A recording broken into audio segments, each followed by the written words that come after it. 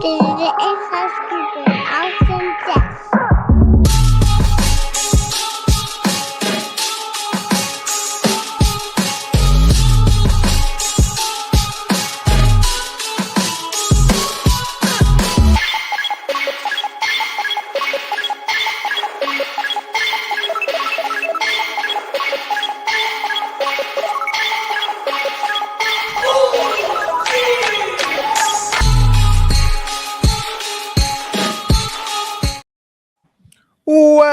Welcome, everybody, to another episode of Inside Scoop with Alex and Jeff.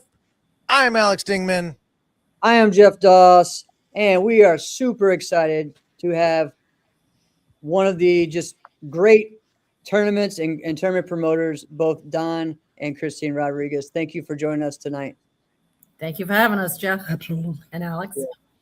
I love it. I love it. So thank you guys for just, supporting what we do here and the show, and wanted to be on each and every year. And we've really enjoyed having you guys on, and also just feeling like, a part of the event. So I'm excited again of being there this year, and excited to, see everything that's going to be happening, with Ocean State. We've talked a lot, guys, about just how this event continues to grow, and it not just grow in numbers, but also prestige, and also like it's the event all the fighters want to be at. So, yep. What do you guys think about that?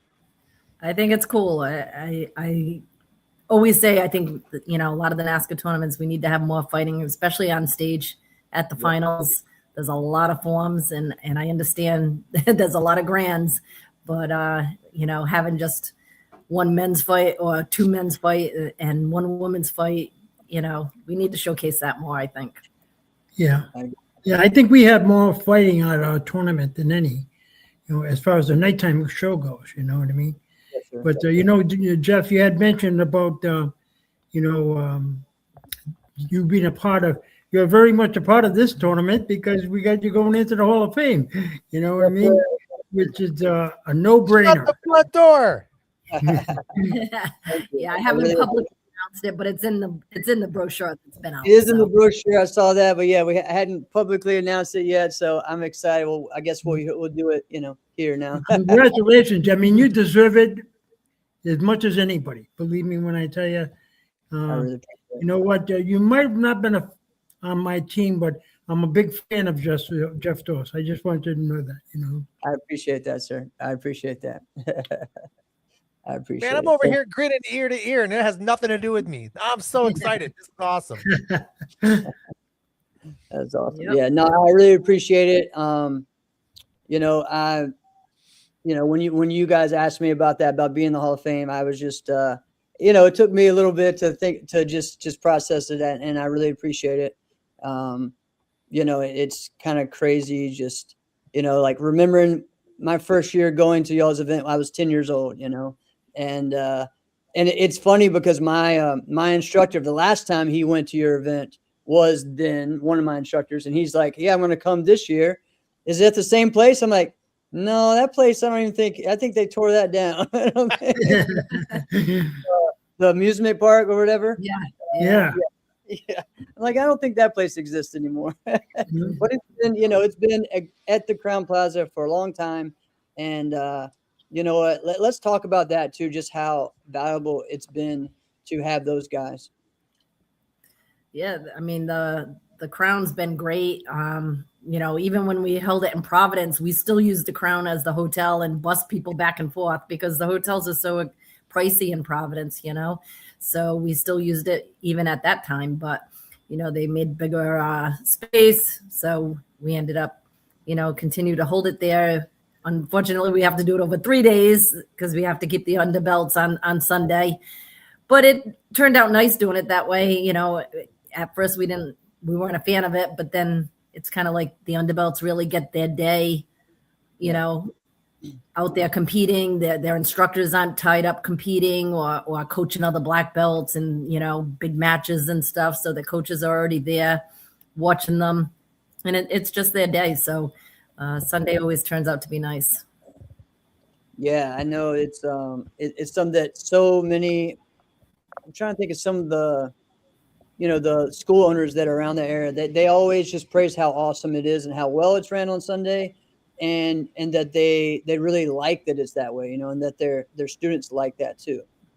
Yeah. I don't know if it was last year or the year before. I had not judging, but just sitting in the coach's chair with their kids was David Bossonette, and you had Sam Gagnon with his kid, and you had Michael Simmons with his kid, and all these people that were either judging all day on Friday and Saturday or competing, but on Sunday they're just sitting back and enjoying it and being able to watch their younger kids that aren't black belts yet. Yeah, and the big thing for me was watching all of them complain at the end of the tournament that they had to take those 7-foot trophies apart. That's right. Because their kids want them, you know what I mean? But yeah, that's awesome. That's always a cool thing. yeah. One of the other things that you guys, I just know when I enter, especially Friday, I just feel like, all right, it's business time, right? And of course, now we have, this year in NASCAR, we have a lot of new divisions. We have a lot of things going on. But I feel like looking at y'all's schedule, y'all have made the adjustments right. And then still to make that stage the priority for, what has become the big thing for you guys. And that's the open weight, Right. What really just made you guys, I know you talked about, wanting the fighting more on stage. Was that really the big thing, was just to highlight the fighters in a bigger way? Yeah, I would say so. I mean, Well, everybody comes to see that, you know what I mean? And let's face it, we've drawn some really good fighters from all over the country, all over the world. And why not? You've had some international fighters up there in the finals. Right. So why not let everybody see them there? You know what I mean?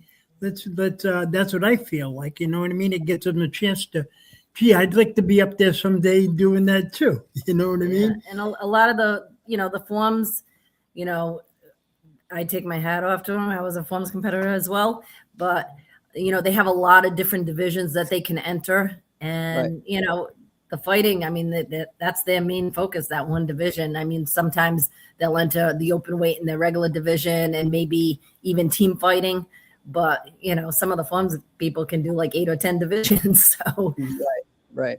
Yeah, I mean, and that's always for me, especially as a tournament promoter as well. It's like, hey, let's make sure we have more options for the fighters, more ways for them to enjoy the whole weekend, right?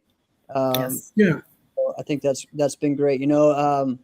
This year, we have, of course, the open weight for the male and the female, but new this year is the senior open weight. Let's talk about that a little bit. Right. It's not a NASCAR division, but we thought it would be pretty cool to put that out there. I mean, the open weight is exciting because of the fact that even if you lose a match, finally, you're still going to get prize money. So, sometimes that can be like a tie match, and it could go either way. And so at least they get that chance, first through eighth. But then you have some awesome 30 and higher fighters. Yeah. And sometimes that division is almost more exciting watching them because, you got some just top-notch fighters. So wanted to give them the opportunity, if they want to do the 30-plus open weight instead of going into that 18-plus, I think it's going to be an exciting division. Yeah, I think so. Alex, I remember we were at, this was years ago now, but the 2022 AKA, right? And you were there, you were judging some, you were watching some, and you were like, man, I think I can do this 30. And then you looked and you're like, but this 40-year-old, no, like the 40-year-olds in some way, like they were 100%. just as hard and just as, and I feel like now that's been 3-4 years now. It's continuing to grow. And at that age, again, like I feel the same way now. It's like your experience, the things that maybe really in a lot of ways, some ways you become a better athlete. You may not have as much of the athletic ability as you had when you're younger, but you're actually a better athlete because you understand how to use your athletic ability better to your advantage, Right. There's a lot of experience in that. And Christine, Don, it's awesome that you guys did that.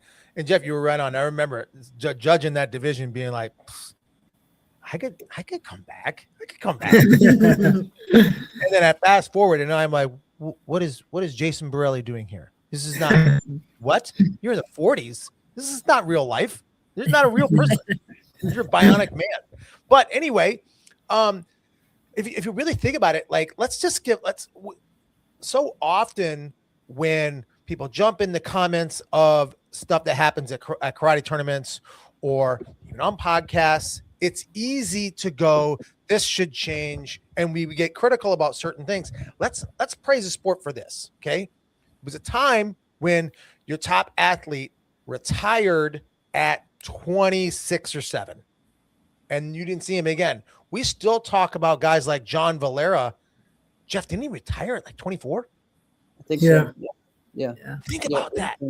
Think about that world. We still talk about him. When I said his name, we all just pictured a performance of when he was like 23, like it happened 3 years ago, right? He retired at like 24, and we felt like we saw him for 2 decades, right? So now we get guys who are still around in their 30s, competing all the time, in their 40s, all right? And we're doing a much better job in the sport with its longevity of the competitors and providing more opportunities for them to compete. And so often it was, well, yeah, if you want to fight, go ahead and fight. And then you get someone like last year's champion, Enrique Latona. Like, I consider myself like, I'm a pretty damn good kicker. Listen, I can confidently say if Enrique and I were in a match together, I would have no shot kicking against him. I would have no shot. All right. So then it's just like, well, I don't want to do that then. But if there is this other division, right, that could be kind of fun. That's fun. Going out there and getting destroyed by a 20-something-year-old, not fun. All right. So now everybody gets to have fun, but the competition level is still super high. All right. We're not handing out, lollipops to everybody. Everybody's got to fight and compete. So I think this is a fantastic experience here. This is going to be great. We're looking to see, and you know what? We'd like to expand on this maybe in the future too. You know what I mean? But you know what? You got to start somewhere. You know what I mean? Exactly. And I really believe, and I really am going to enjoy watching it myself. You know what I mean? And we're really lucky. We have Female Fighters Matter 2 that's going to be sponsoring the open weight divisions. Yeah. Not the 30 plus, but the 18 plus men and women. Yeah. So that is awesome that Maggie Messina will be doing that. And I thought it was a great idea because of just the top-notch 30 plus fighters out there, and I thought it'd be kind of cool. And I think maybe the battle, someone else is also doing it, so maybe more tournaments will follow. Maybe it'll be something we vote in down the road. Yeah, and we got it for women too. You know what I mean? Right. But listen, a lot of the people. The thing is that you take some of your athletes, like you had just mentioned, John Valera being around for a couple of decades. Listen, he probably started when he was 4 years old. Right. So he was around for a couple of decades. The That's kids start so young today. You know what I mean? So by the time some of them get to be an adult, they were already legends before that. You know what I mean? Because of that fact, So that's what's fun too. And you know what? A lot of times people don't pay attention to the kids fighting when they're younger. We do. I do. Right. I go by the rings. I watch them. You know what I mean? And you know what? Enrique is a good person because I remember when Enrique was just a young boy. You know what I mean? And the same thing with the Hungarian guys when we had Zolt and those guys over. Listen, I remember when they were teenagers. You know what I mean? Because I used to go to the Waco World Championships, and they used to have us fight them all the time. So, you know what? It's just fun to see people evolve, and that's what this is about. Correct. Really correct. is. And the other thing with this too, I mean, we can go a lot of different ways, but I know for me, like being in that senior room, that side room that we do, the fighting and everything is live, man. It is a whole nother energy in there. And I tell you, a lot of us sometimes we're like, oh, we're out of there, out of the way, away from everything. But the truth is, the past few years, the fighting and even the forums in there has just been amazing. Just the energy that's happened over there, right? And it's really cool. The other thing that we are trying to do, we're trying to get as many people from Team Elite and Team CJB to do kind of a reunion that weekend at Ocean State. So we're going to be having a lot of us there as well. I know my mom says she's gonna come out, and so it's going to be an exciting time to, and some of those guys hopefully will be doing that senior open weight or maybe the regular one. I don't know, but so we're excited for that and trying to get some of the guys together for that as well. The other thing is what we talk about with the open weight, like you said, it's just the energy, right? We talk about, what is done for the sport and the fighters, like the first event, there's going to be a lot of teams and a lot of people that haven't been out this year, that this will be their first, event out there. Right. So like, for us, we have the new guys from Hungary that are coming over, and this will be the first team event with Team Revolution, with Martin and Dimitri, and of course, Mason will be there. So all those guys will be there from that. And then I don't know. I mean, the past few years we've had the guys from Germany that have been there. Is that right? Where they're from? Mm-hmm. Yep. So it's really going to be exciting. Open weight will be, but also team fighting as well. So. Yeah, I believe that too. I mean, and that's what you want. You want to have great competition there. You want to have really good competition. And one of the things that I'm excited about myself on a personal thing is we're honoring Pedro Xavier there. Yeah. With the Legends Award. And for the people that don't know Pedro, I know you guys know him very well, especially you, Alex. And you know what? You've been in the ring with Pedro before, so you know what I mean. And the thing is that you can't appreciate that until you really know the guy. But I believe Pedro could go out there and still do some damage today. I think so too. That's the problem, though. I know. The problem is that he absolutely could. We don't want none of those problems. Yeah, he's extraordinary. Such a great guy too. So humble. I love Pedro. I really do. And been a part of my life since we brought him on board. The first year I had him on our team, I don't think he said 2 sentences all year. I couldn't get anything out of him,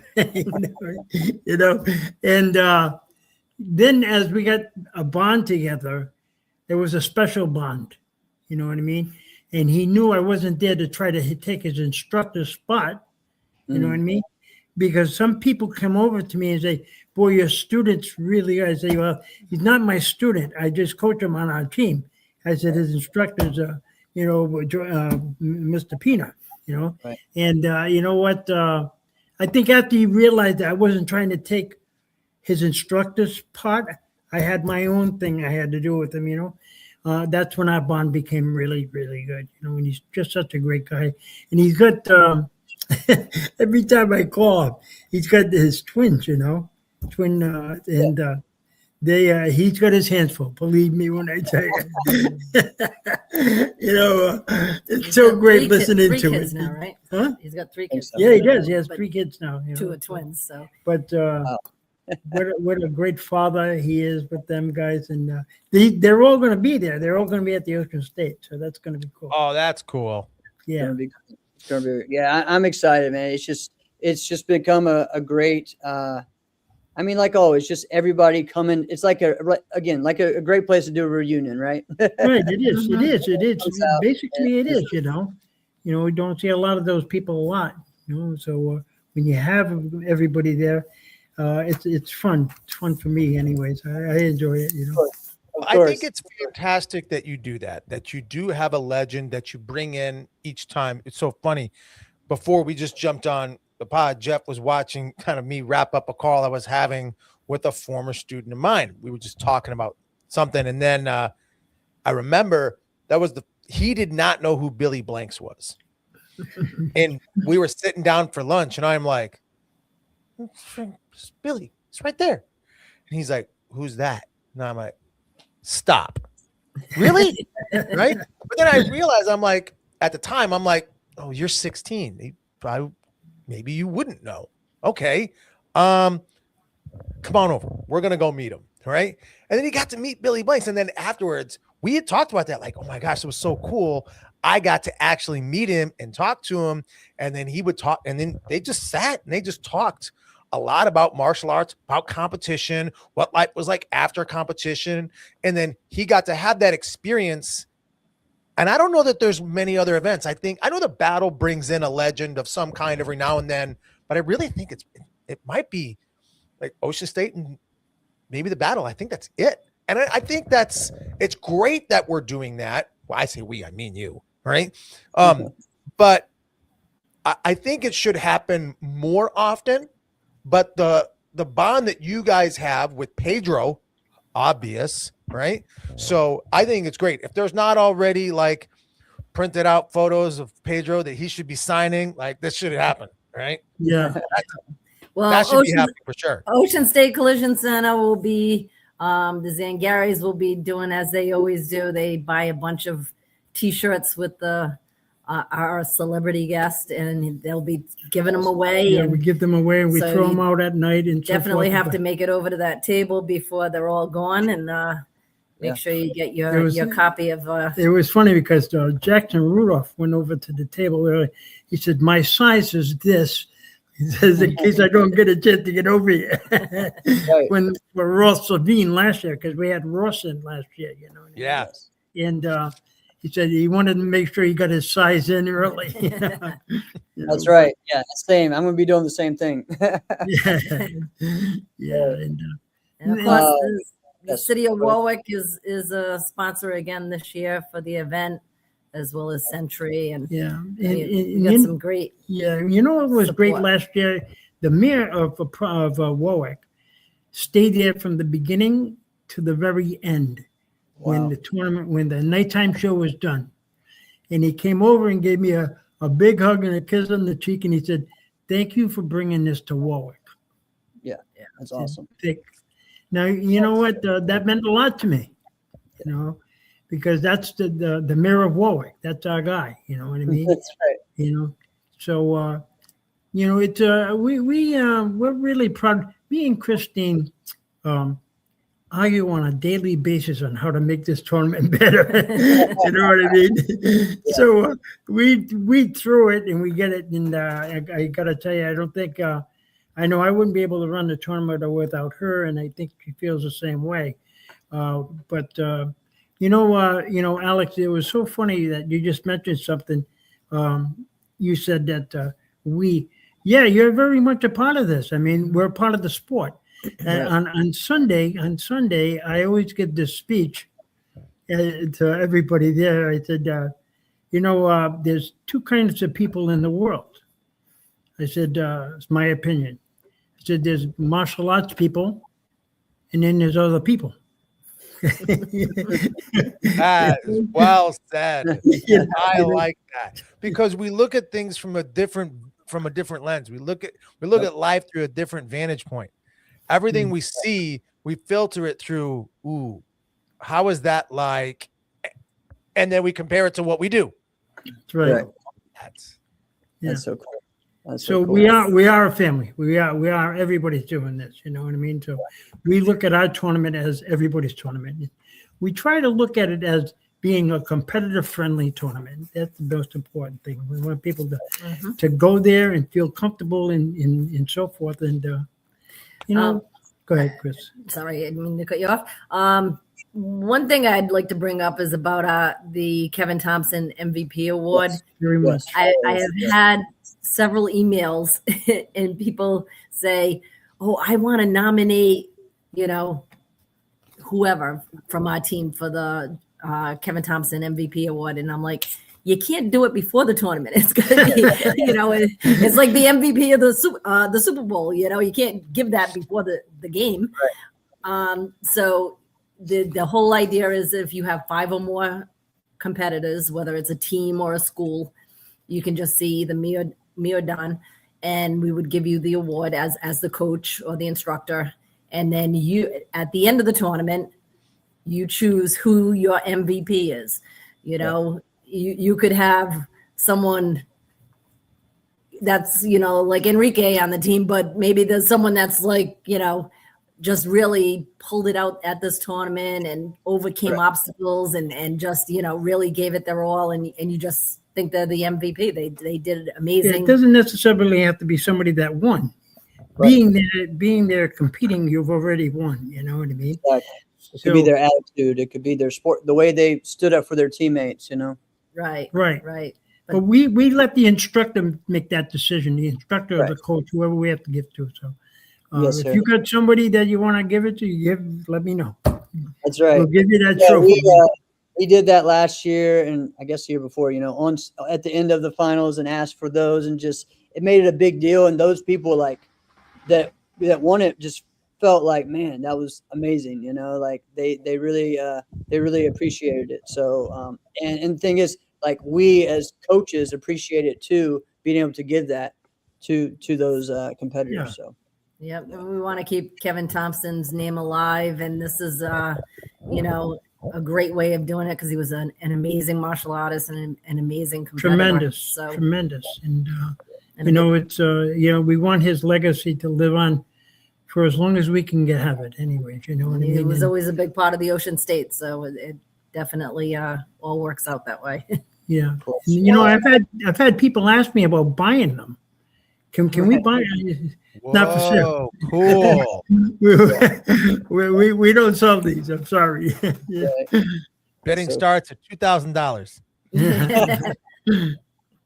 So I think it's cool that your celebrity guest there has such a good relationship with Kevin Thompson.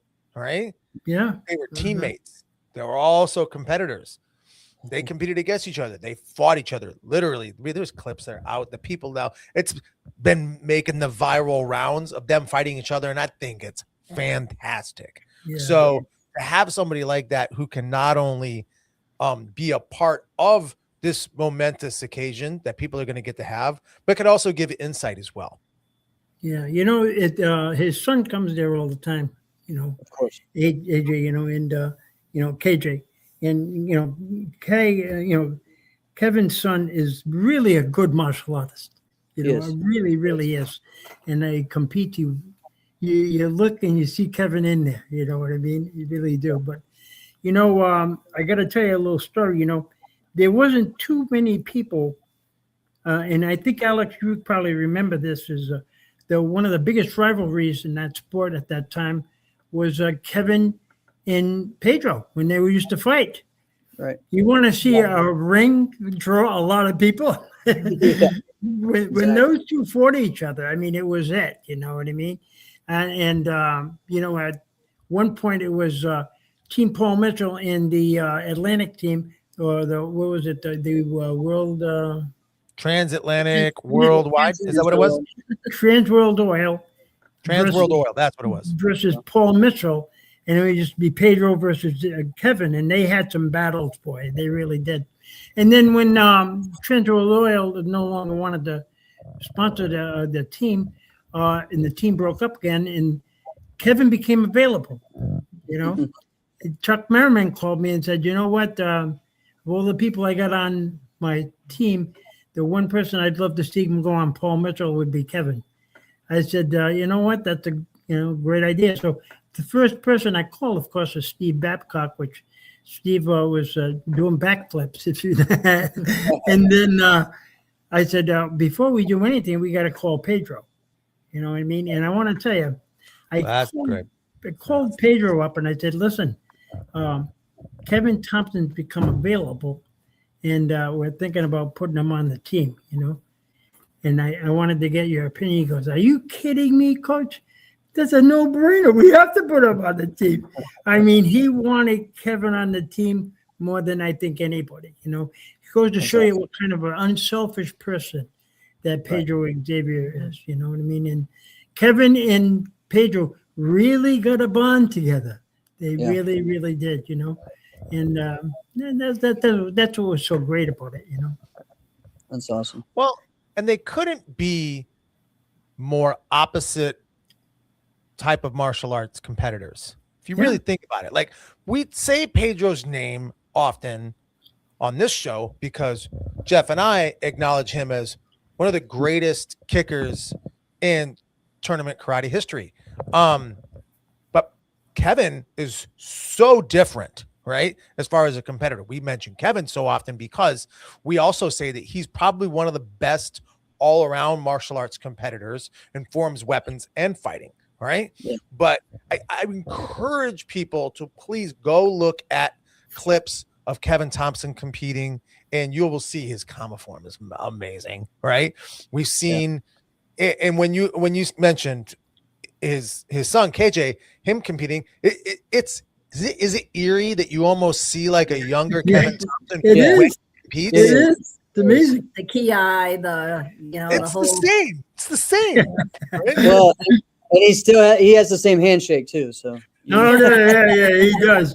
That's right. You know, that's something for me. Always on the other side, on the other team, that was always the one thing. Like, all right, I had to prepare myself every time CJB and JPN would battle, and then we would all shake hands, and then I'd be like, all right, got to prepare myself for Kevin's handshake because he's going to try to not just break my hand, but also smack me. You know, and so. Yeah, it's on the back. That's the way it is. And what's funny now, I do that to my team now before we do team demo. I go around and hit everyone in the back and get so we all can learn something from Kevin Thompson. Yeah, he was something else, you know, and with us, he'll always love. Yeah, of course. All right, so we're going to be sorry. Yes, man. Well, I was just going to say something. You know, let's break down any last things that you want to, share or whatever about the event that, people are, need to know that they may not know. Well, we're starting earlier this year at 12 o'clock to try to avoid the conflicts of, people doing multiple divisions and you have to wait it out till they're done. So the demo and sync and stuff like that will be earlier, and of course the trad and Korean challenge and stuff. So definitely make sure you're on point with knowing what time everything starts because it's a little bit earlier this year.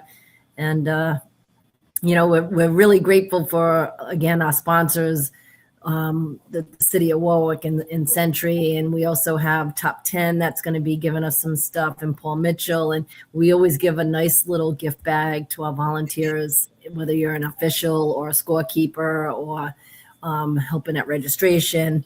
So we are looking for can definitely use more judges, and we can definitely use scorekeepers.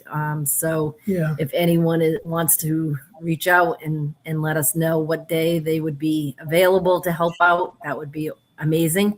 It takes an army to run a 3-day event with that many, rings and scorekeepers and everything else. It's a lot with the judges. So definitely let us know on that. And we have no, you know what? The other sponsors, Ocean State Collision's always been there for us. And the Tori Andriozzi Foundation. Yes. I remember, Tori was another one that a lot of people should know about, but, nonetheless, but, I got to say a couple of things before we get off here. We give those 7-foot trophies out to the kids, for the underbelts. And it's so funny. When you see them walk around or try to walk around with one. Right. You know what I mean? Which is really comical, But we take a lot of pride in that. And we have really good awards. Don Doris does all our awards. He's terrific, as you guys know. And he does all our awards and so forth. But we're blessed to have everybody and be able to part of it. And one of the things that you guys don't get enough praise for is what you do for our sport. you're part of the avenue of getting it out there for people to see. And I just want to thank you for both for being able to do that. You know what I mean?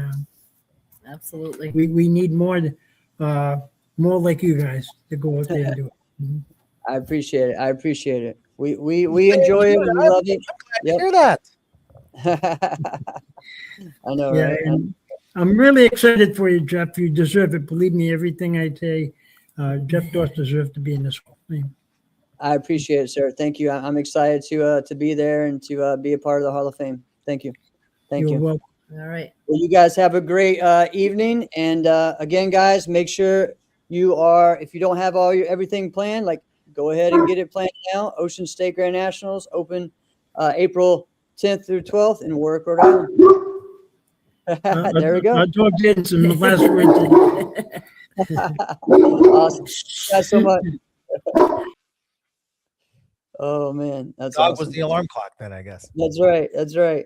So again, this is a great event, guys. And again, I'm excited. I didn't know when they were going to make that announcement about them having me in the Hall of Fame. So I thought it was pretty cool. You kept that tight lipped. You didn't even tell me. What's up with that? I thought I did tell you. So It's going to be a great event, and again, lots of different people that are going to be there. And I tell you what, man, it just continues to grow. All right, guys. So now we had our first guest talking about Ocean State Grand Nationals, and then we have our next come in. We got 3 guys come in. So hold on, let me add them all in from the. There we go. Woo, we got a lot of people in here. There we go. See how that works. There we go.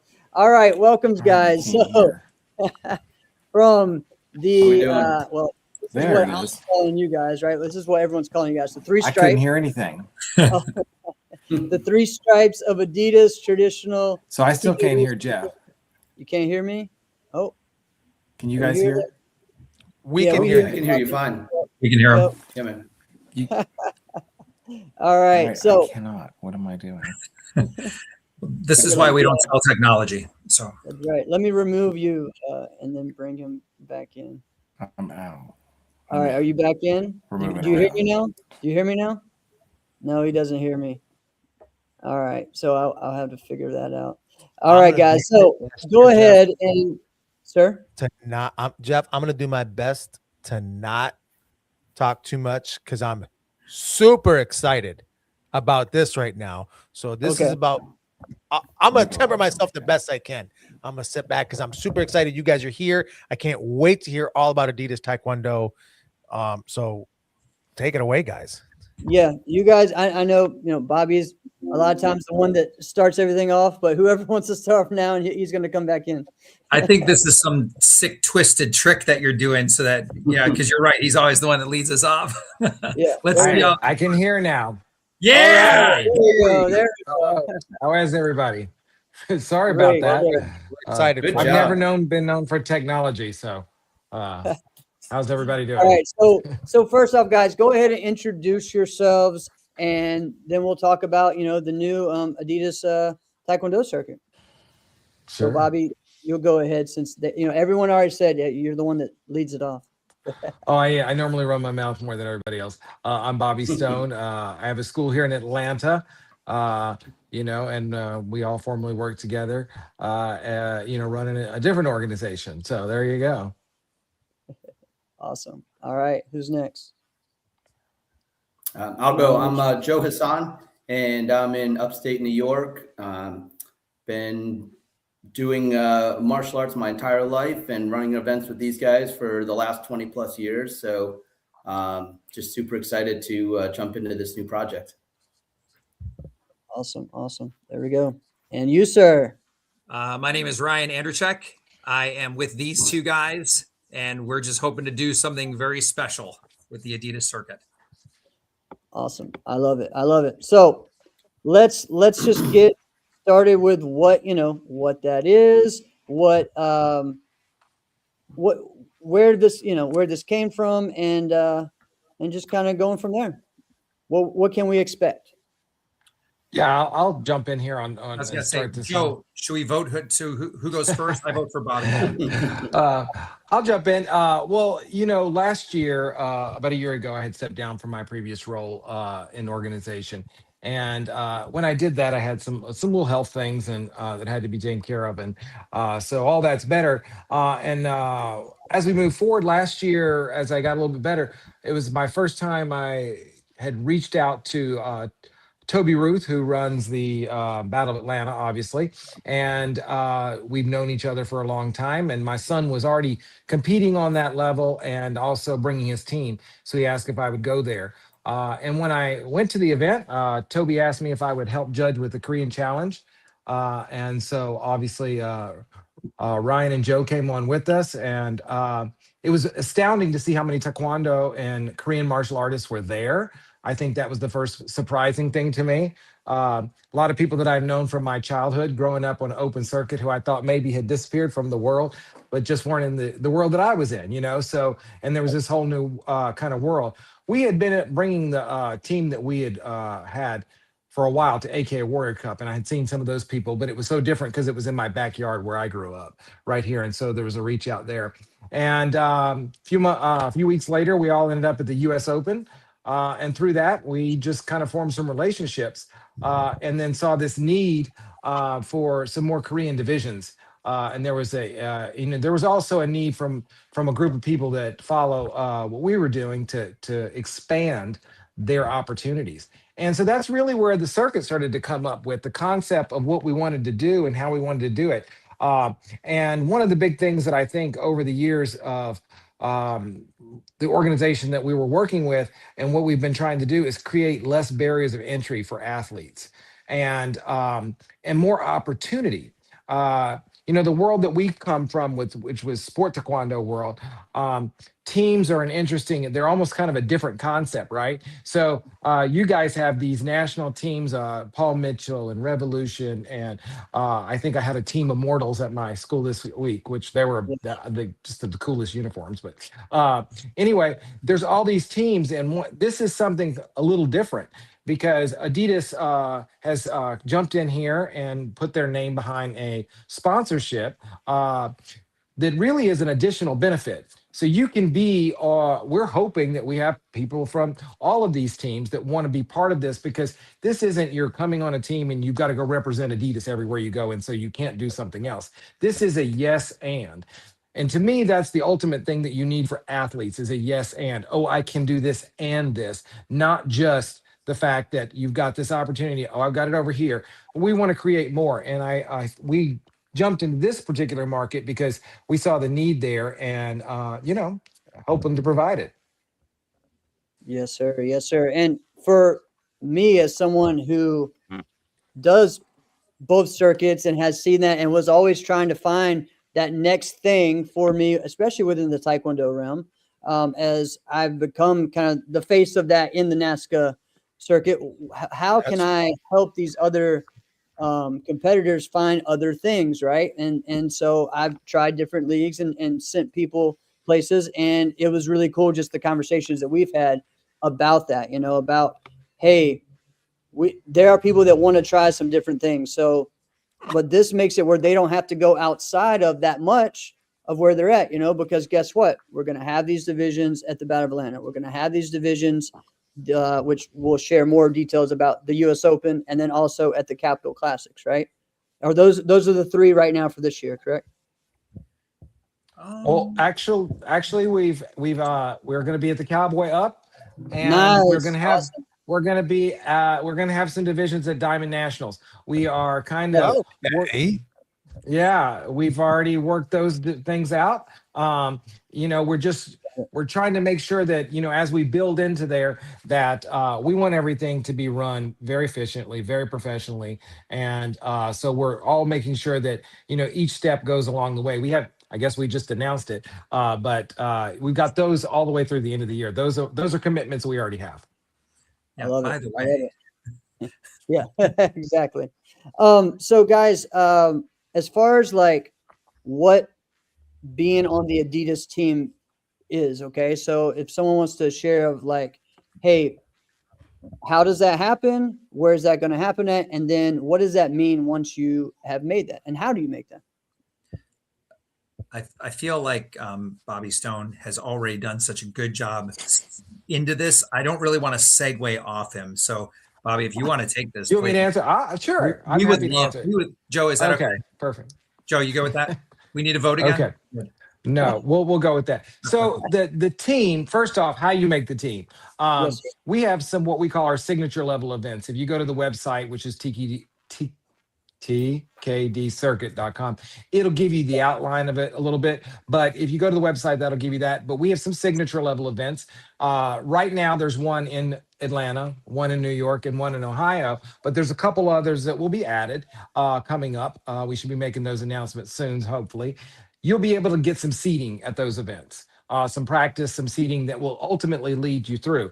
Also, you'll be able to get seating at Battle Atlanta. All of those will help you just get a little bit more competitive edge when you go. And we're doing the team selection at the U.S. Open this year.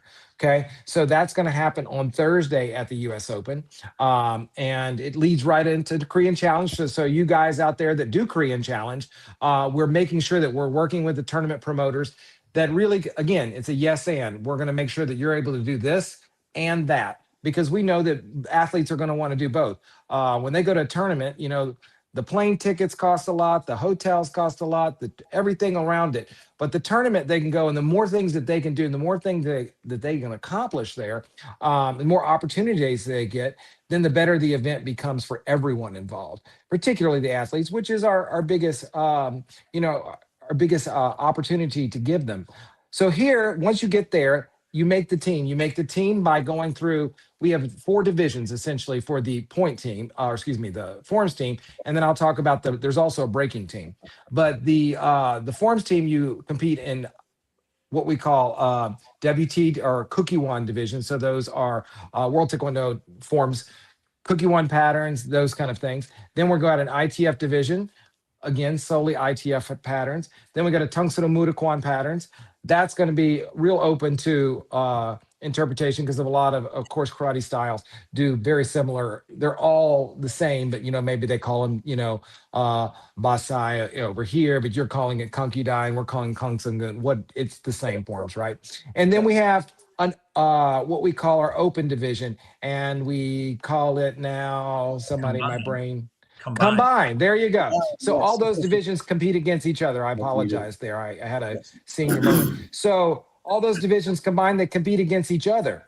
And you gain structure, you gain points throughout each one of those divisions. You must compete in at least the combined division and one additional division to be eligible for the national team. Most of these kids are competing in 3. I would say at least 3 in order to make that.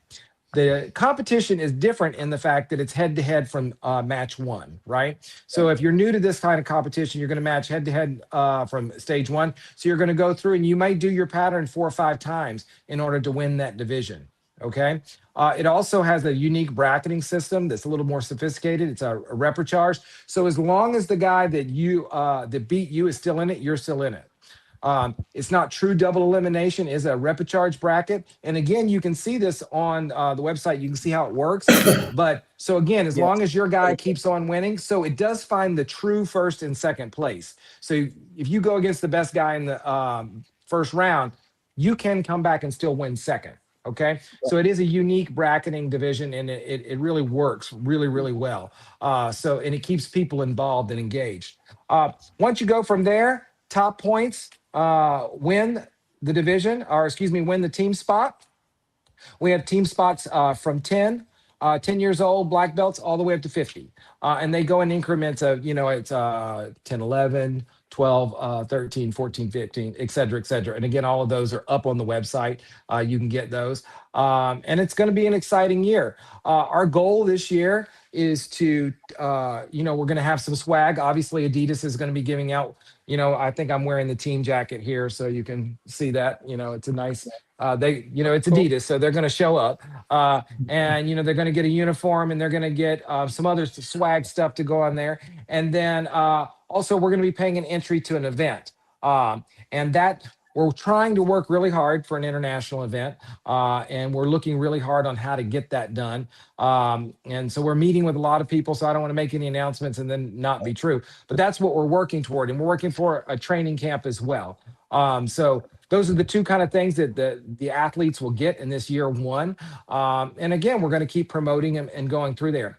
Also at US Open, we're going to select a breaking team.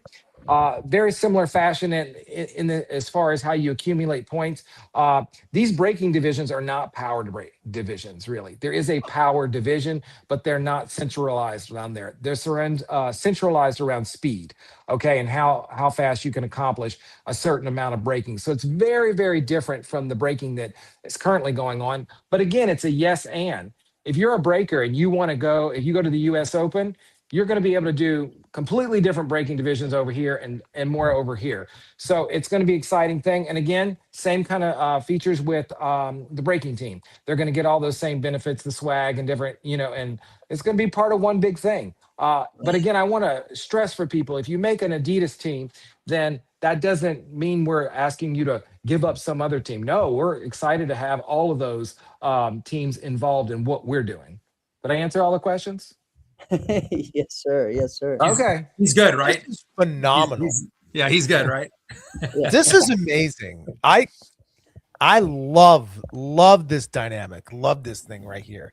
So what you're doing, Bobby, everybody, you're essentially breaking the mold of what teams really are, because there's a mold of like how teams are constructed, how they're operated, and it sounds to me like you're looking at that and go, oh, I really think the team idea is a really good idea. Let's do nothing like what you're doing. Let's do it like this. And everyone will be happy. Everyone gets to eat.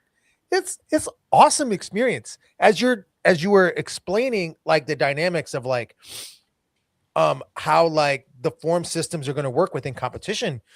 I think you articulated it well in the sense that like you acknowledge that there are so many different types of Taekwondo systems and so many different types of Taekwondo systems that maybe are like, they acknowledge that like, okay, here's an example. Myself, I come from a Junri system background, right? So that will have like, I'll fall into something, but it won't be like WT, right? Right. So like, okay, if I just went to a WT tournament, I would go in there like, what the heck is going on? Right. And so both Taekwondo. So in this instant, there's Taekwondo all over, which it's probably Joe, Ryan, Bobby, tell me, is Taekwondo the most practiced martial art around the world? Is it? I thought I heard that it was. That I don't want to incriminate myself with the wrong answer here. I mean, you kind of put us in a corner there. I think it's one of the most popular ones in the world, no question. But let me expand on that a little bit. I don't think that you could say one style of Taekwondo is more popular than another necessarily, because I agree with that. Yeah. You know, I mean, there's just so many versions of it. Exactly. And you know, we used to have one division. It was forms, and you'd go to nationals, and I mean, it was so hard to judge. It's so hard. Right. So we're like, okay, well, why don't we put all the sport, like the WT stylists over here, the Cookie Wand people? Why don't we put the ITF people here? Why don't we put the Tang Soo Do people here? And then at the end, we're going to battle royal it, and they can all duke it out to see which one's superior. And that's what it's like. Right. And that's what it's like. As someone who's done it, man, it's the most exciting thing. It's the most exciting thing. And so I'm excited for other people to experience that, you know? And Alex, the big thing is someone's school does not teach Cookie Wand style patterns. And if you go to a normal Taekwondo tournament, that means, I guess I'm not doing forms. Right. Yes. Right. But if you really look, I would venture to say there's more schools not teaching Cookie Wand patterns than there are Cookie Wand patterns, in my opinion, because you get all the old school masters, like my instructor. We didn't learn those as color belts. Right. We didn't have those. Those came way later. Yeah. But, you know, they're not less than, they're not greater than, they're just in addition to. So why don't we have something for you guys, something for you guys, something for you guys, something for everybody? And you know what? If you win, you're on a team. How's that? Right. Yeah, and I just wanted to say, we're breaking the mold maybe a little bit, but I like to feel like we're adding to the mold. Totally. Again, we're not taking away from what's there, because I think what you guys have is phenomenal. I was blown away, I have to say. Coming from the world that that I've kind of been in for a while. Again, I grew up competing on open tournament circuit. It's kind of funny, and then got into this different kind of more structured, and then to come back to it after running very large events in the past and see what you guys do. I think there's so many phenomenal aspects. This is just going to be something different, and again, I think it creates that new opportunity. And then, look, Adidas is Adidas. They're going to jump in. We are working with them to actually jump in and help and maybe sponsor some of these events. We're working with that and something and bring some attention to it. Adidas has so much in this market, in the European market, right? And we're wanting to bring all that here.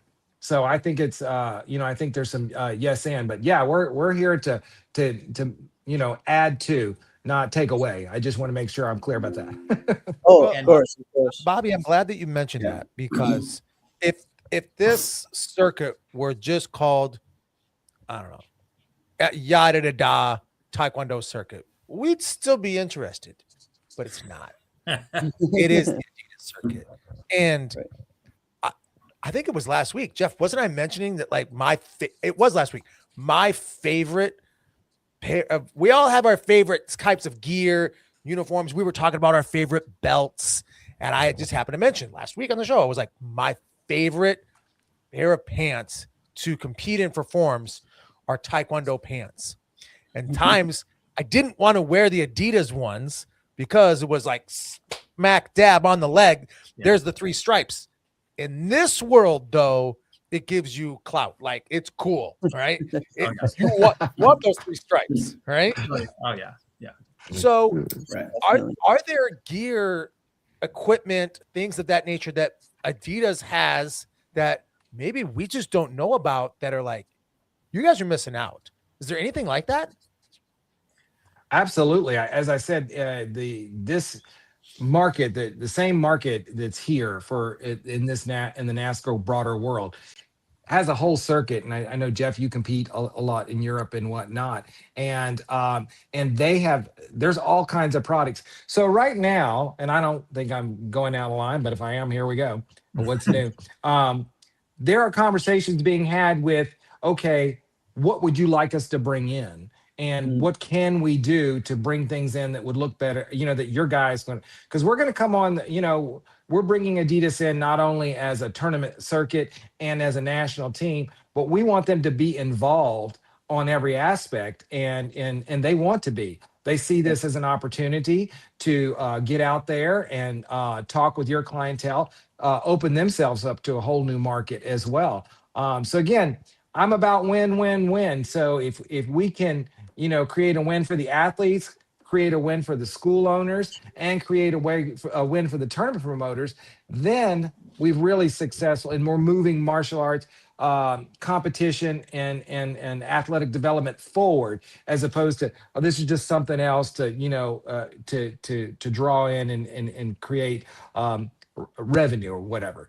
That's not what it's about. It obviously that's part of it, because you need that to function to make these teams work. But it's also to add opportunity and bring something new into the market.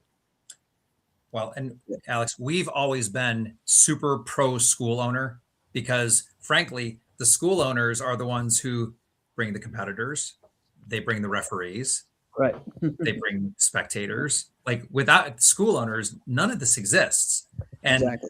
Guess what? The 3 of us are school owners. So we tend to build things exactly how we would want to go to an event. So if we were going to this event, how would we make it so awesome that it's all set up for us, our students, our parents, where everyone's going to be happy when they go there, during it, and when they leave? And that's that's our mission, is to try to get the best possible product, not just for the top level competitor, but Right. for that guy or girl and everyone underneath, Yep. because you got to have a pipeline, right? And it starts when they're younger. And then if we can get these kids going, well, those are the next champions. Right. I know, right? I love it. Trying my best to not like dominate the conversation. Oh, go ahead. Yeah, go ahead. Please. Us four talk a lot, so Yeah. Well, I will mention that, and again, I tend to talk more than everybody, but I will mention that there's going to be some really unique opportunity here for coaching, and as this team expands, we just announced that Jeff's going to come on and coach in this first year with us as a national coach. We're going to add a couple other, because the team is pretty big. And so we're going to add some other people, and they're going to be coming in. And again, this is a yes and. Just because you're coaching for this team or that team doesn't mean you can't go with us to Europe, or you can't go with us to Canada or Mexico, and you can't and be a coach for that event, because it's more about the event, right? Because we want that to be a resume builder for a coach too. Oh, look, I'm on this group, and maybe 1 year you're doing it, 1 year you're not, 1 year you come back. Also, for referees, this is going to be a new kind of thing. We are working closely with the NASCA promoters that we're working with, these events that we're working with, to add to their referee pool. And specific as it comes to, hey, sir, how are you? Specific as it comes to, bringing in, helping with the Korean forms and judging those, and then again, we got guys that are been judging point sparring and whatnot for years and years and years. So we're here to help. We're here to be part of it and add to the pool. Anything we can do to be add a significance to and help out with everybody, we're there for it. Well, speaking of point sparring, you just had one of the greatest to ever do it chime in the chats here, giving your praises. Johnny Tension, the super fighter himself, is saying Mr. Stone is the man.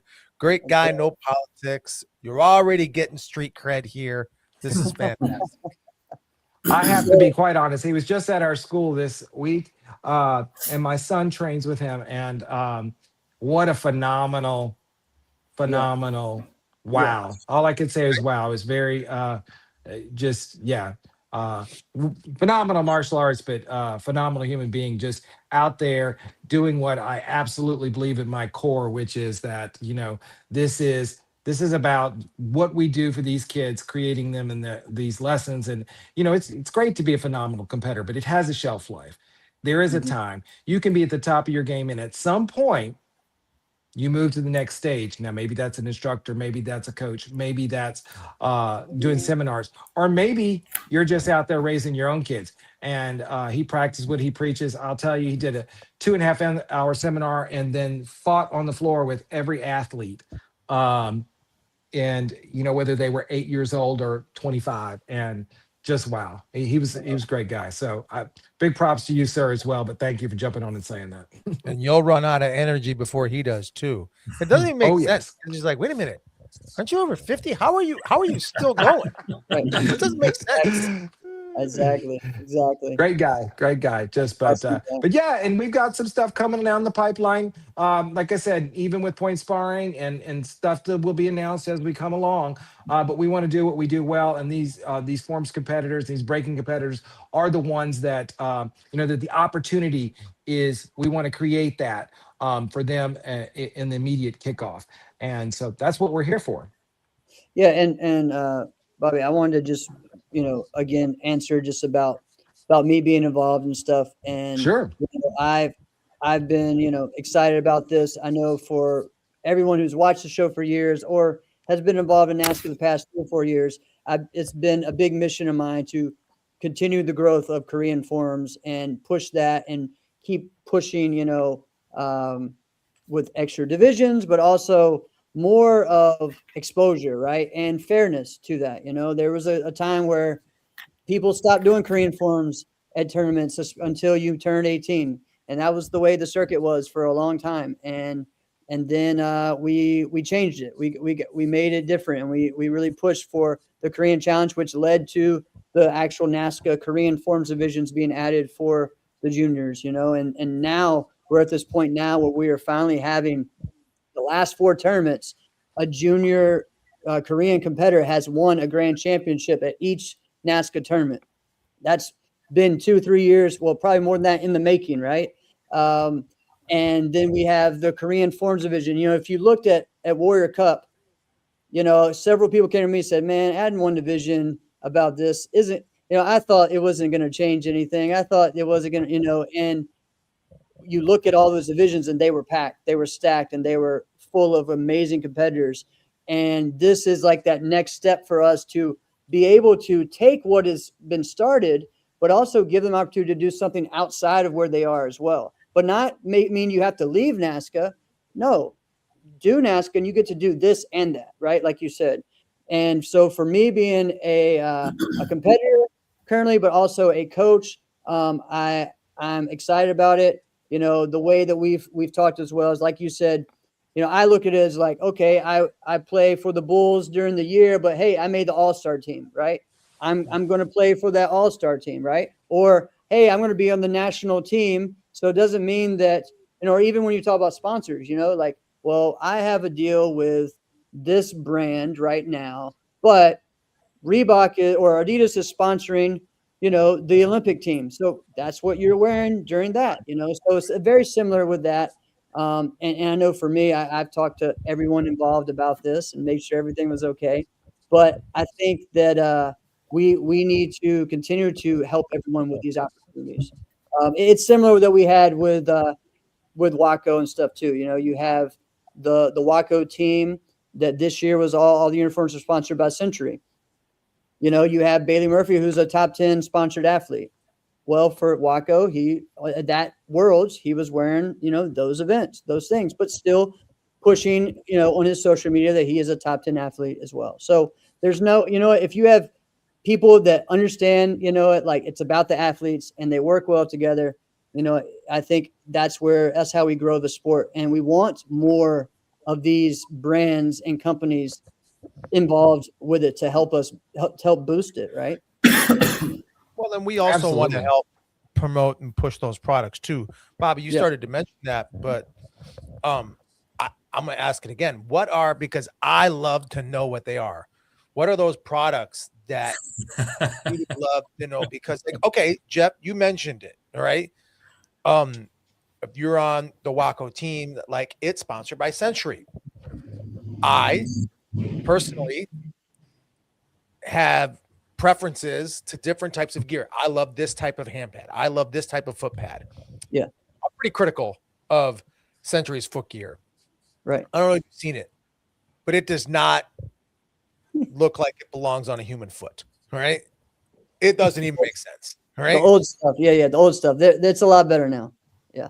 I know what you're talking about. Okay, thank you. All right. But I don't know what Adidas gear is. I don't know what those products are. What are there other products? I mean, look at Joe. You're wearing the same warm-up suit. It looks fantastic. All right. Are there any other products that like you? They've got a lot of gear. He's wanting specifics, and so I can tell you there's a whole range of uniform. Let's just start with uniforms. There's a whole range of uniforms, whether they're crossover or the traditional V-neck, or I mean that's not really conducive, in this market necessarily. But they've got a whole line of all the way to heavy to lightweight. The team obviously that we're going to outfit is going to look like they're going to be belonging in these events, right? Because these are the events we're going to go to. There's a whole thing. But again, they're not marketing to this world. And that's what we have brought them in to do. But they are in Europe because, see, in Europe, this is such a much a bigger market. And of course, Adidas is a German brand, right? And it is just, it's pretty big. It's pretty big. It's reverent there. It's reverent. I don't know. It's almost kind of like, we get here, like if you go into basketball or something like Nike or whatever, they're reverent, right? And that's how Adidas is over there. Some of the sparring gear that they have over there it's not in this market currently, but will be. So and then when it comes down to warm-ups and like team gear, it's surprising to me that it just hasn't flowed over there yet. And the sponsor, I mean, these are very high-end jackets. These are actually a sauna jacket that we're using for the team gear this year. So if you go work out in this jacket, then it's phenomenal. I'm not going to strip on the camera and show you the inside of the jacket, but you know what I'm saying. It's meant to do that. I don't know where I went there for, but anyway, well, it's 9:30, I guess, or 10 o'clock. Hey, But wrong podcast. right. But what I'm saying is they've got this whole set, and they're built for martial artists. They're built for they've got the whole combat sports, because we're actually sponsored by Adidas Combat Sports, to be clear, right? So they do all this boxing stuff, all of this kickboxing. They have all this line, and again, one of the big things, the reasons why they entered this market was to start introducing that stuff. So I'm going to make sure, Alex, that I get you a product catalog group and send it on over, and we can have a no conversation. Maybe we can bring the sponsor on the show, and he can talk about all the product. I'm here to promote for the athletes and for the coaches and referees. But look, I'm happy to help the guys that are helping us, because we need these. You're absolutely right, Jeff. The more that people that can come into this market, and if Adidas does this, then maybe somebody else does it, and maybe somebody else does it. And then, 3 or 4 years from now, we're talking about, well, the Adidas team is going to be competing against this team, and it's a special event just doing something around. I'd love to see that. I'd love to see that kind of thing. Yeah, and we're working on some of those things right now as well. We are out in Mexico, but we won't get that cart before the horse. So, yes, exactly. And I actually got some new information about that day. I didn't even have time to share with you guys yet. So. Okay, perfect. Alex, what I can tell you is, in the Taekwondo world, Adidas is the gold standard. Like it's the gold standard. That when you see team warm-ups, it's like 80% Adidas. Like Adidas is the gold standard. Like pads that we use, like shin and step pads. Oh my God, they're amazing. Forearm guards, they're awesome. Yeah. So and so, that's the stuff that we can get. Wait till you see the stuff that is coming. Yeah. And Ryan's very involved in the Olympic sparring as well. So, he's traveled all over and sees all that as well for that side of it, not just the form side. So, yeah. Believe it or not, the sparring gear is crazy. That stuff, what I like now about the Olympics, since you brought it up, Jeff, is that the gear, like the shin and step, it has, years ago, there was no instep. There was just shin. You weren't allowed to have anything on your hands or feet, right? So I did some of those events where I was like, hey, this sucks, right? I don't want to break my foot, right? But now, and rightfully so, I'm so glad that they do have something on the hand, something on the foot, because it makes you want to kick more, right? You don't just got to be a badass and go out there and be like, I don't care if I break my foot, right? So I like that. But like that, the gear is so sleek now, right? And it's like it hugs your body, right? How cool is that? Oh yeah. So you love that. Like I mentioned before, we all have different preferences of types of gear and equipment that we like, and for different reasons. A lot of times for like how we perform and what we do. So, but like what Joe was saying is like they got tons of stuff. So if there's tons of stuff, like I can't wait to see what it is. It would be fantastic. Alex, I'm gonna get you a uniform. There we go. Yeah. I'm serious. I'm gonna get you a uniform and have a uniform sent to you. There we go. You're gonna love it. Best friends. Right. Go do some be all set. Yeah. We're getting you a uniform. Now, guys, I know because of over the past few years and just doing more of the NASCA events, a lot of the teams that we've sent we've adopted more of the going to the tie over uniforms and stuff. But do you see that maybe having two uniforms, a V-neck and that, or in the future, or maybe in this circuit that kind of maybe comes back a little bit? What do you guys think with that, as far as what people, and again, I don't want to say what people should wear, but like I know that some schools, when we've said, hey, we're going to go to more of a heavier weight, this and they were like, that's too heavy. I'm not used to that. We don't wear that, So I feel like, the uniform I mean, it shouldn't be as big of a deal as it is. As far like I feel like if you feel comfortable in it and you perform right, then there, that should be you. But I will tell you something: wearing like the pullover uniform, I know we lose some of the pop that we think we need, but they're made for kicking. Like The mobility. I can't get the same thing from the uniforms I wear currently because there's just in the Right. I won't say the crotch area is Right. is a little limiting, right? It's terrible. Yeah. Yeah. Yeah. So Well, so there's that. I was going to say, I don't, the uniform doesn't make the competitor. I mean, Exactly. but Alex is 100% right that we all have our stuff that we like. I mean, I've been doing martial arts for 40 years. I mean, sure, everybody else is about similar on this call, right? So I got my stuff that I want to wear and I feel comfortable. And when I'm fighting or if I have to compete, I don't do that much anymore.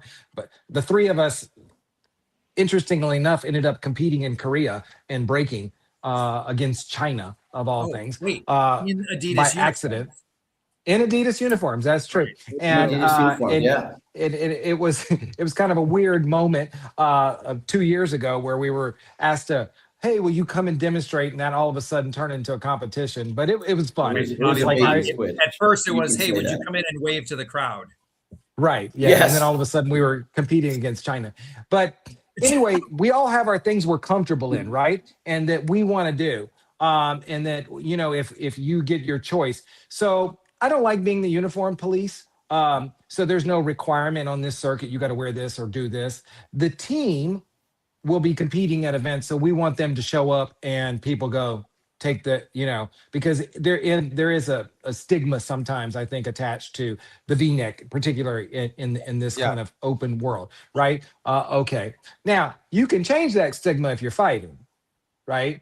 Right. If you're fighting, you ain't gonna lay a hand on me. I don't care what I'm wearing, right? That's that. But when you're in a forms competition, that if that's a mental stigma that goes into maybe even judging, then we want to avoid that, right? So we're gonna go there. Can it come back? I mean, I don't know. That's a matter of what the athletes wants, right?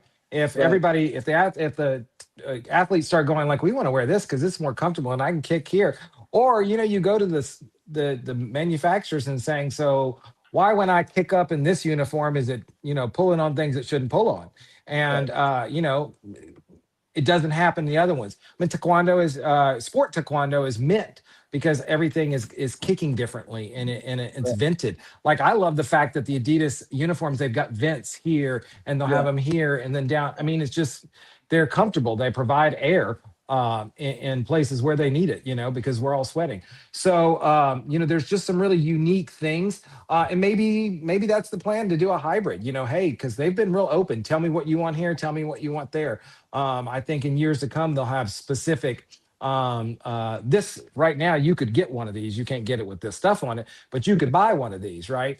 And in futures, it'll be things that, that will only be provided to that team because we'll have it specifically designed for them and they'll get it through. So I think that answered what you were saying, I hope. Well, yeah. And the, like right now, or the past 6 months, as the Korean things have, divisions and stuff have gotten bigger, people are trying to actually stand out more as, hey, this is my Korean uniform instead of that. Right. So we're seeing more of the black trim, that I guess really come from the Murakwan system more, but you're seeing more people doing that. I've even started doing that, which I always said I was never going to, because I was just going to do it my own way, but I've even started doing it. And people are asking how, what uniforms, should I wear and this and that. Right. And, I mean, I wore an ITF top 10 uniform before, on there, which really, when I got it, it was like, man, this is like a sparring uniform. This is the most comfortable thing I ever, had. Same thing with the Adidas, pullovers that I got. Those were WT.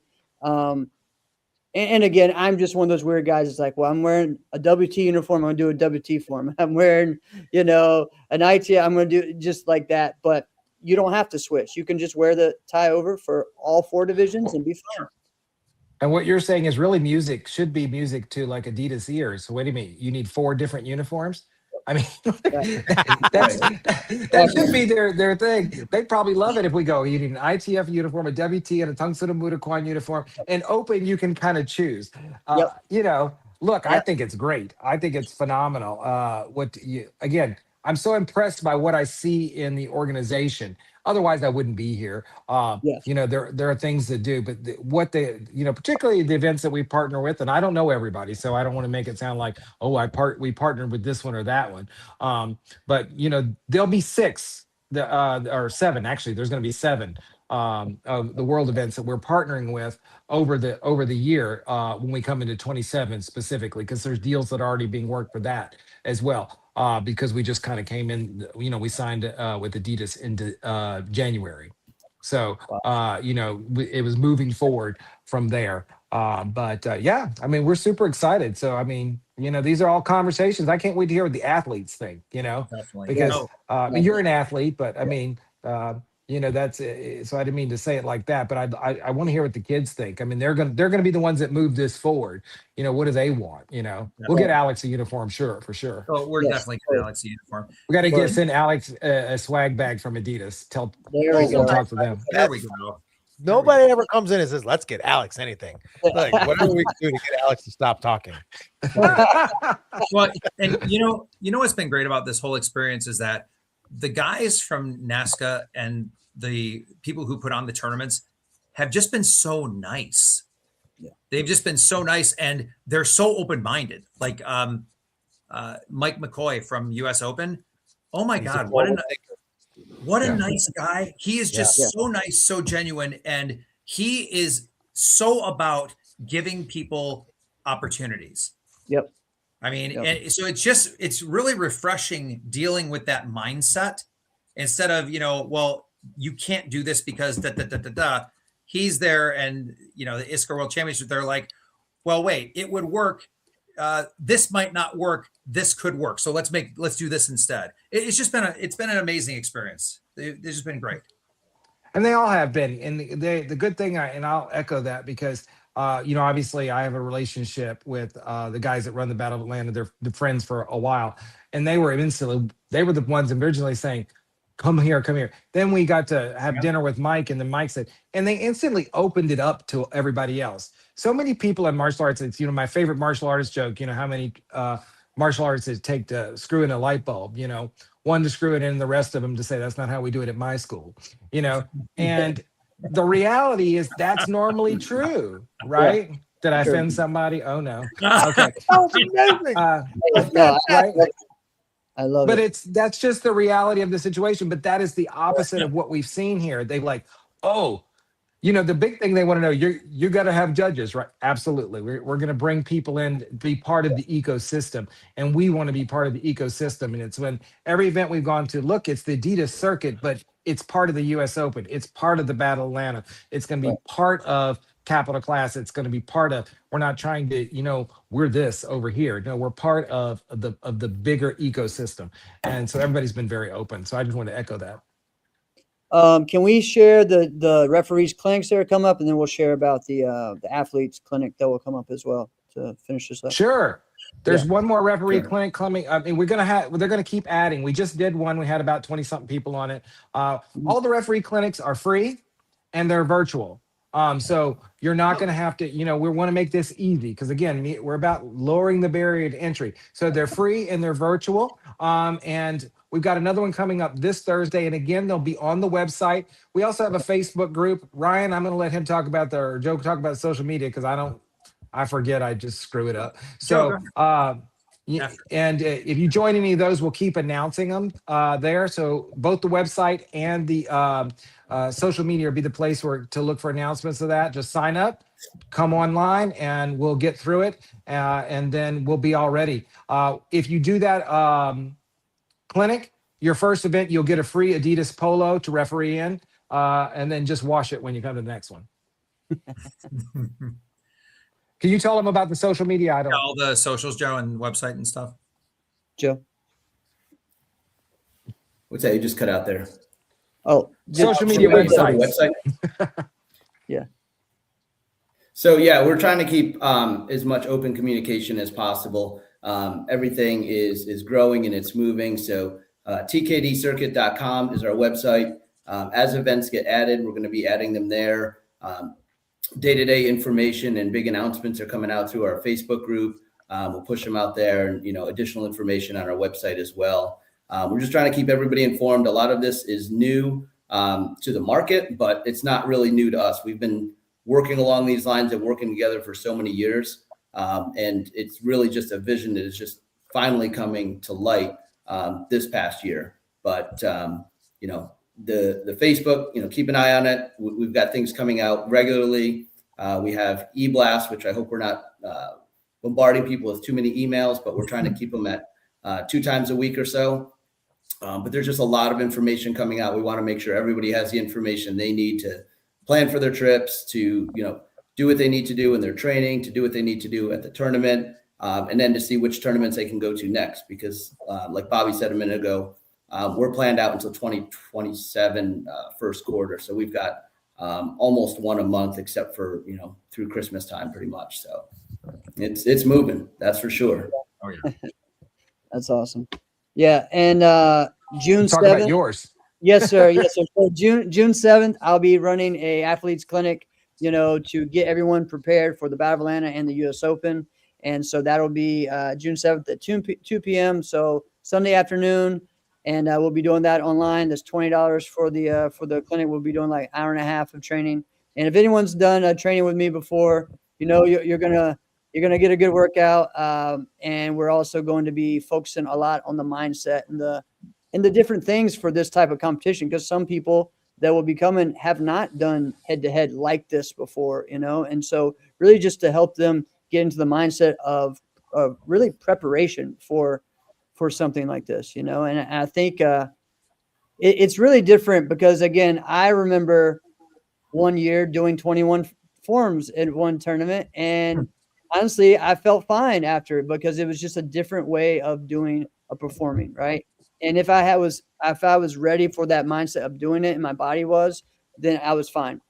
Because the thing is, I did that one year and then competed the next day, Korean Challenge at the US Open for the next 4 days. So I did 5 days in a row of competing with this type thing. And so, yes, you can be in shape for it. I parents that are worried about wearing their kids out or whatnot, we can answer those types of questions, about that. And help them see that, hey, this is going to be, you're going to have enough time to rest and such. We're going to, it's going to be a great thing for you to get done on Thursday. And then you can have the rest of your weekend to do Friday and Saturday, for that. And then as far as the stuff will work, of course, lots of good kicking drills. All right. And lots of good forms, ideas and concepts as far as how to stand out, right? Because that's what you're doing. You're going head to head with someone, and you have to make sure that you are the one that leaves that day, the last man standing, which to me is just like the best feeling, like when you do that, as a forms competitor. So pretty cool. Yeah, and I want to say thank you for doing the seminar, and then also thank you for jumping in here. You were obviously, when we started kicking this off, the first thing we were having conversations was like, we got to talk to Jeff. We got to talk to Jeff. Not only because you're a phenomenal artist, you're a phenomenal person, and all of our experience with you has been just. I'm not so sure about the Alex guy that you're doing this with because he doesn't have a nickname in the middle. I don't know what that sushi's about. What is that? That's my nickname. Yeah. So for years, I didn't know that one. Yeah. For years, that was I'm giving Alex crap there. We're going to give him some swag so I can give him crap. That's right. That was my pre-terminating that meal. Well, thank you. I just wanted to say thank you because you're going to be able to really help us bridge the gap with the people that are, because this again, it's about bringing a couple of cultures together here, and I think once we do that, you're just going to see a whole step in elevation. And again, and like I said, if this works the way I believe it will, you're going to see more opportunities from other organizations maybe come in and say, hey, we're going to do something like this because it'll do that. And also just the elevation for the athletes. Where can we go? What we can do. The stamina is different for this competition. It's a different competition. It's a different competition. So I want to really tell athletes that if you're watching now or if you're watching later, don't miss this seminar. Don't miss this opportunity to have somebody who's gone through it on every level and really, give you some valuable advice.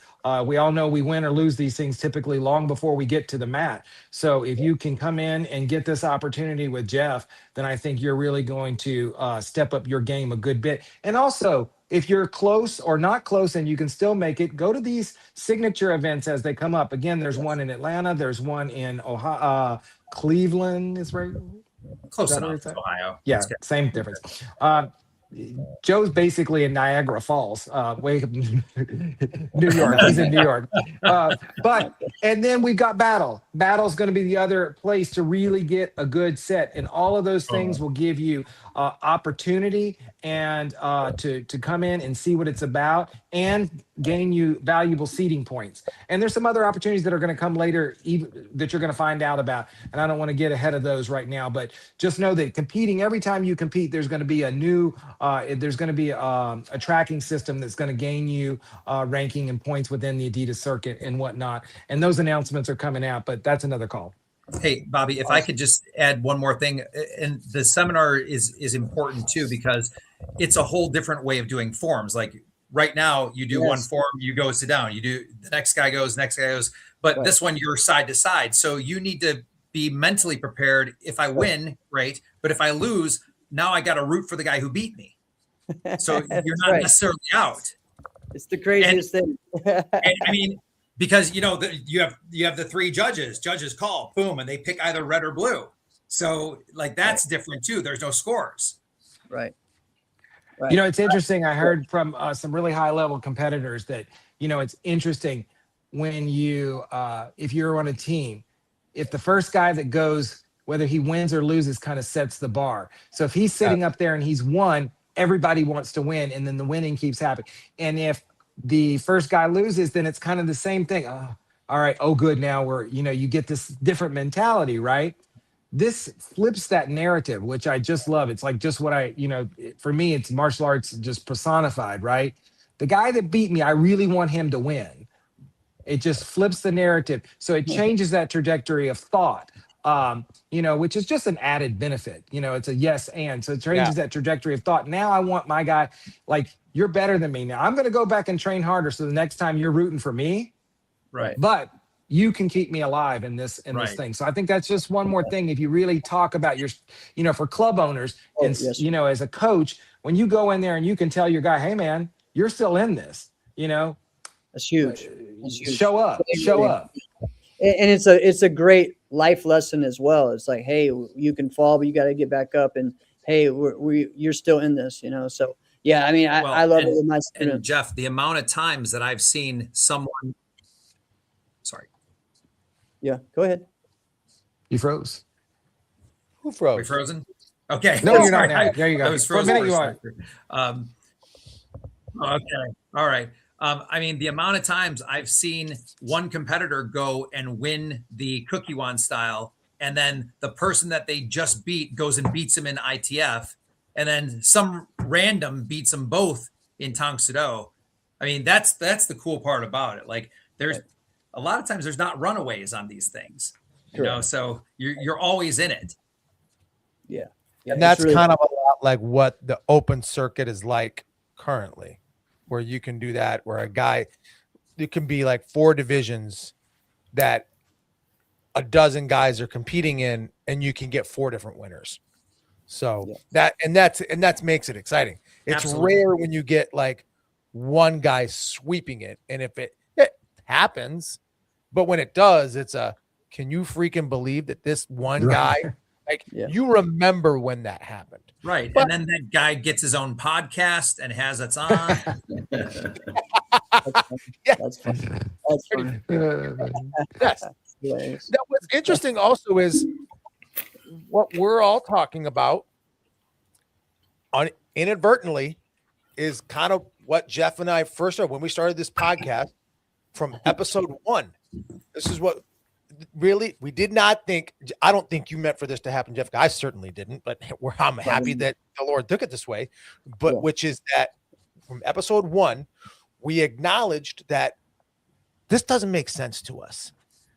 That Taekwondo is one of, if not the most practiced martial art around the world. And in this open martial arts circuit that we compete in, most of these guys have black belts in some kind of Taekwondo system, yet they're doing Japanese a form. Japanese karate Right. form Yeah.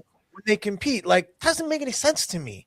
Why would they do that? Like, that doesn't make sense. And do they do that because they think it's better? Is they do that because they like, or what? Why is that? And we came to the conclusion, well, it is the reason that they did that because they felt like that's the only way to win, because they hadn't seen a lot of high success at high levels with Taekwondo performances. And so Jeff and I came in going, listen, Taekwondo in a lot of ways is superior to a lot of the other martial arts systems. And man, I would have never dreamed of just that one conversation. Almost 7 years later, here we are. So Right. cool. Yeah. Well, we're glad we can add to that. I mean, it's just I'm not going to get into the superior conversation. I think that's a lose-lose one. But It is. look, Taekwondo is. You're right. It's probably, if not the top one, it's in the top two or three systems around the world when you look at the whole population. Certainly, and it adds something. And again, when I was growing up, my school was called Southern Taekwondo Karate, right? Yeah. And that never occurred to me as odd until somebody else put it up on. It was like a social media, and they went, "Ha ha, Taekwondo Karate." But yet, that's what all of this is. We're talking different languages, and we may call something different, but the alphabet's still the same, right? It's the same alphabet. We put it together. And if you read The Killing Art or something like that, you see where Taekwondo showed up, right? And if you haven't read The Killing Art, I recommend it highly. It gives you this, very detailed where everything came from, and it's highly researched and whatnot. But again, it's not better or worse than, it's the opportunity that's there. So if you show up to an event and you are a competitor, and we all are, you wouldn't be in martial arts if you're not a competitor. It's just by nature, right? So you show up to an event, then you're going to go like, I want to win. I want to do this. So that guy's doing that. And interestingly enough, in sparring, we can say that's not what you want to do. You don't want to do what that guy's doing because he's already doing it really well. You want to be you. I tell my kids all the time, if you have sons and daughters that are in martial arts, if you're at our levels and things, people, you got such tough shoes to fill. I tell my kids, bring your own shoes. You don't have to worry about being who, go do your thing. And that's what this is. This is about doing your thing. And I think, that when the opportunity's not there, you create it, knock down the tree. And so that's what we're going to do. I love it. Alex, it's time to wrap it up. But I know we went way longer than I thought. So there you go. We'll do this all night long if we leave it up to we better wrap it up. Thanks so much for coming on, guys. Let's not make this the last time. Let's not call it a comeback. You've been here for years. I love that. Thanks, you guys. We much appreciate it. Inside Scoop with Alex and Jeff. I'm Alex Dingman. I'm Jeff Doss. See you guys next week. Thank you, guys.